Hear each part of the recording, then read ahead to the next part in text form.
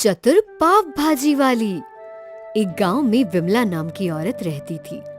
वो बहुत ही गरीब थी, जिस वजह से उसके घर का गुजारा नहीं हो पाया करता था, जिस वजह से विमला काफी परेशान रहती थी। विमला के पति का देहांत बहुत समय पहले हो गया था, जिसके बाद विमला ने अपना और अपनी बेटी का गुजारा करने के लिए मजदूरी करना शुरू कर दिया। वो एक पाव बनाने वाली फैक्ट्री में काम करती थी। एक दिन की बात है, जब वो फैक्ट्री जा रही होती है, तभी उसे रास्ते में चित्रा मिल जाती है और वो विमला से कहती है, अरे कहाँ जा रही हो विमला? क्या फैक्ट्री जा रही हो? हाँ, तुमने बिल्कुल ठीक कहा, फैक्ट्री ही जा रही हूँ। वैसे भी आज काफी लेट हो गया है, तो मालिक चिल्लाएंगे भी। अरे क्या तुम दूसरों की मजदूरी करती हो? अपना काम क्यों नहीं शुरू कर लेती? मैं भला क्या कर सकती हूँ? और वैसे भी अभी मेरी बेटी छोटी है, हम लोग कोई काम नहीं कर सकते हैं। अरे क्यों नहीं कर सकती हो? तुम कौन सी फैक्ट्री में जाती हो? उसी फैक्ट्री में तो जाती हो ना जहाँ पाव का काम होता है। हाँ, वहाँ पर पाव, टोस्ट, ब्रेड सब कुछ बनता है। हाँ, तो तुम अपनी पाव भाजी बनाना शुरू कर दो। वैसे भी फैक्ट्री में काफी दिनों के काम करने से तुम्हें ये तो पता लग ही गया होगा कि पाव कितना बिकता है, क्योंकि सभी लोग उसकी पाव भाजी बनाकर बेचते हैं। ठीक है, तुमने जो कहा है मैं इस बारे में जरूर सोचूंगी। और इसके बाद विमला काम पर चली जाती है। वहीं विमला फैक्ट्री में इसी बारे में सोचती रहती है। तभी वहाँ पर एक मदन नाम का आदमी पाव लेने आता है। तो विमला मदन से कहती है, आप ये पाव क्यों ले जा रहे हो? क्योंकि मैं पाव भाजी वाला हूँ, मैं इसकी पाव भाजी बनाकर बेचता हूँ। तुम ये क्यों पूछ रही हो? बस ऐसे ही पूछा, क्योंकि मैं भी ये काम शुरू करना चाहती हूँ। क्या? पर इस काम में तो बहुत ज्यादा मेहनत है, क्योंकि हर कोई यही काम कर रहा है। तुम कोई दूसरा काम देख लो। वैसे भी अगर सभी एक ही काम करने लगे तो फिर किसी का भी काम नहीं चल पाएगा। मुझे पता है, पर जरूरी तो नहीं ना कि हर कोई एक ही जैसी पाव भाजी बनाकर बेचे।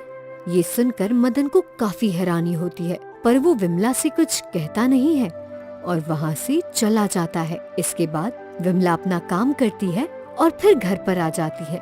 घर पर आने के बाद वो चित्रा की बातों को सोचती रहती है, क्योंकि चित्रा की बात उसे बिल्कुल सही लगी और इसने अपने आप से कहा, आखिर चित्रा सही तो कह रही है, मैं कब तक फैक्ट्री में जाकर काम करती रहूंगी?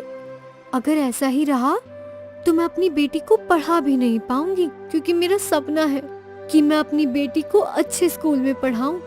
और ये कहकर वो काफी देर तक इसी बारे में सोचती रहती है और फिर वो फैसला करती है कि वो पाव भाजी का काम शुरू करेगी। और अगले दिन वो फैक्ट्री जाकर पाव खरीद लाती है और बाजार जाकर सब्जियां ले आती है और अपने घर पर ही पाव भाजी का काम शुरू कर देती है।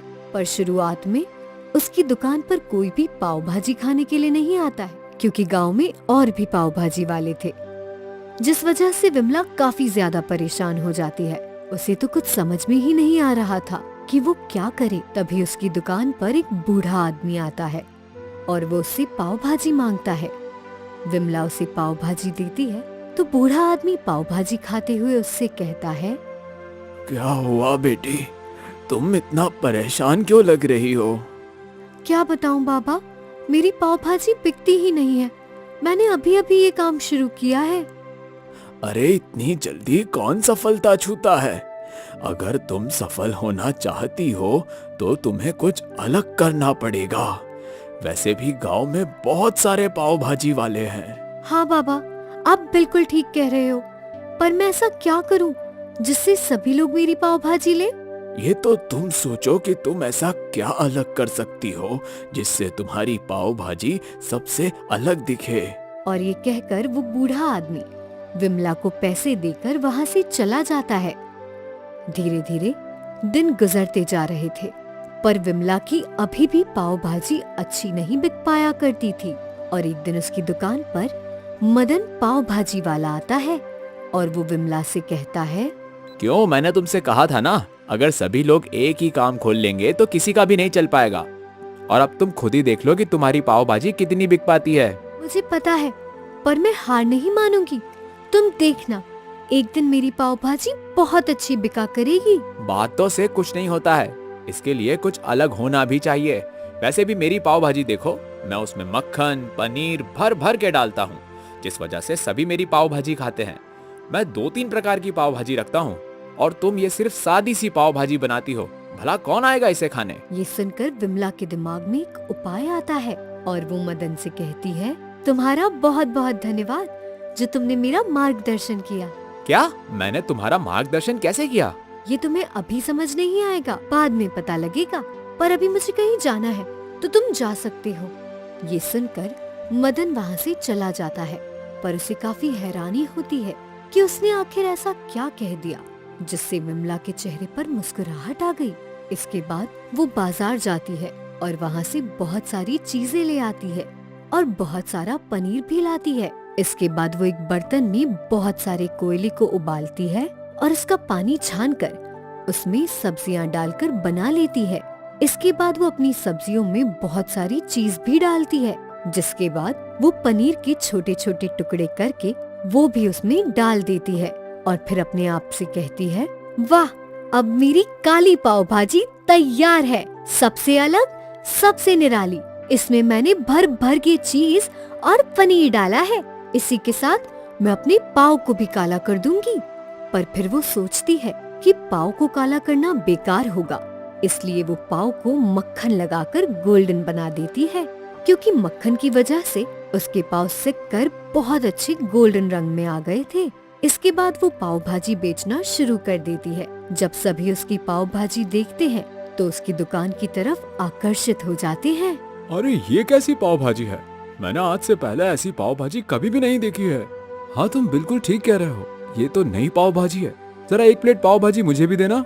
हाँ, 1 प्लेट मुझे भी दे दो, मैं भी खाकर देखूं कि आखिर ऐसा क्या है इस पाव भाजी में। ये सुनकर विमला उन दोनों को पाव भाजी दे देती है। पाव भाजी खाकर वो लोग बहुत ही हैरान होते हैं, क्योंकि भले ही वो काली दिख रही थी पर उसका स्वाद बहुत अच्छा था। और इस पर भोला ने कहा, मैंने तो इससे पहले इतनी अच्छी पाव भाजी कभी भी नहीं खाई। इसका स्वाद तो बहुत ही अच्छा है। हाँ, तुम बिल्कुल ठीक कह रहे हो, ये तो बड़ी ही स्वादिष्ट पाव भाजी है। मैंने बहुत सारी पाव भाजी खाई है, पर ऐसी पाव भाजी कभी नहीं खाई। मैं तो इसे अपने घर पे भी ले जाऊंगा। इसके बाद वो पाव भाजी पैक कराकर अपने घर पर ले जाता है। उस दिन उसकी पाव भाजी कुछ ही घंटों में बिक जाती है, जिसे देखकर विमला बहुत खुश होती है। इसके बाद वो रोजाना उसी तरह पाव भाजी बनाना शुरू कर देती है और धीरे धीरे उसकी पाव भाजी पूरे गांव में फेमस हो जाती है, जिस वजह से दूसरे लोगों की पाव भाजी उतनी अच्छी नहीं बिका करती थी। और ये देखकर दूसरे पाव भाजी वाले काफी हैरान थे कि आखिर विमला ऐसा क्या कर रही है कि उसकी पाव भाजी इतनी ज्यादा बिक रही है। और एक दिन मदन विमला की दुकान पर आता है और वो उससे कहता है, तुमने ऐसा क्या बना दिया है जो सभी तुम्हारी पाव भाजी ही खा रहे हैं? तुम खुद ही खा कर देख लो। वैसे भी मैंने कुछ नहीं किया है, तुमने ही तो मेरा मार्गदर्शन किया था। पर मुझे तो आज तक समझ में नहीं आया कि मैंने ऐसा क्या कह दिया। अरे, तुमने ही तो कहा था कि तुम पनीर पाव भाजी और सब्जी पाव भाजी बनाते हो, तो मैंने सोचा क्यों ना मैं कुछ अलग तरह की पाव भाजी बनाऊं, इसलिए मैंने काली गोल्डन पाव भाजी बनाई। ये सुनकर मदन काफी हैरान हो जाता है और इसके बाद जब वो पाव भाजी खाता है तो उसका स्वाद उसे काफी अच्छा लगता है और वो विमला से कहता है, तुमने बिल्कुल ठीक कहा था, जो हार नहीं मानते हैं वो जरूर एक दिन सफल होते हैं, और आज तुम अपनी चतुराई की वजह से एक सफल पाव भाजी वाली बन गई हो। और इसके बाद मदन वहाँ से चला जाता है और विमला बहुत खुश होती है। और अब वो पहले से बहुत अमीर भी हो गई थी, क्योंकि उसकी पाव भाजी बहुत अच्छी बिका करती थी। और अब उसकी बेटी स्कूल भी जाने लगी थी, जिससे उसका सपना भी पूरा हो गया। और अब वो आराम से अपनी जिंदगी पाव भाजी बेचकर गुजार रही थी।